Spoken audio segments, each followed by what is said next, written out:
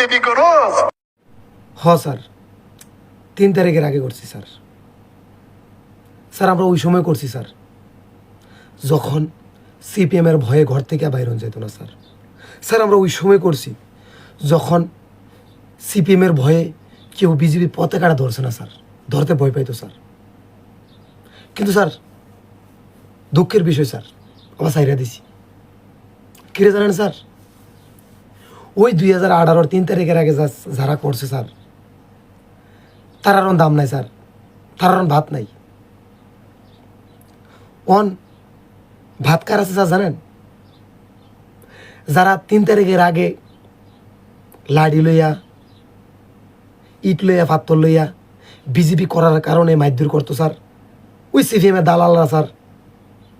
আজকা গ্রামের মেম্বার হোক, প্রধান হোক, বুথ সভাপতি হোক স্যার, ওই সন্ত্রাসী ওই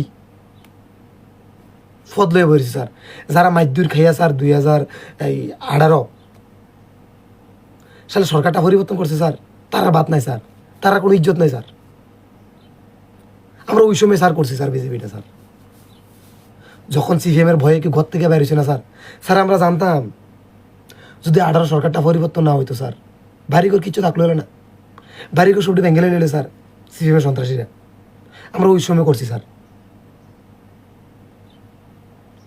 আর এখন বিজেপি কারা করে স্যার জানেন? সিপিএমের তারই।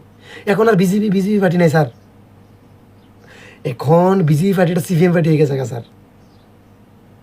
স্যার এখন অলিতে গলিতে চাইয়া দেখেন স্যার 2018 3 তারিখের আগে স্যার যারা বিজেপি করছে স্যার তারা খুঁজে পাওয়া যায় না স্যার। চশমা লাগাইলেও আছে না, পাওয়ারফুল চশমা লাগাইলেও স্যার তারা পাওয়া যায় না, তারা পাওয়া যায় ওই লাইনের শেষ সীমানাত স্যার।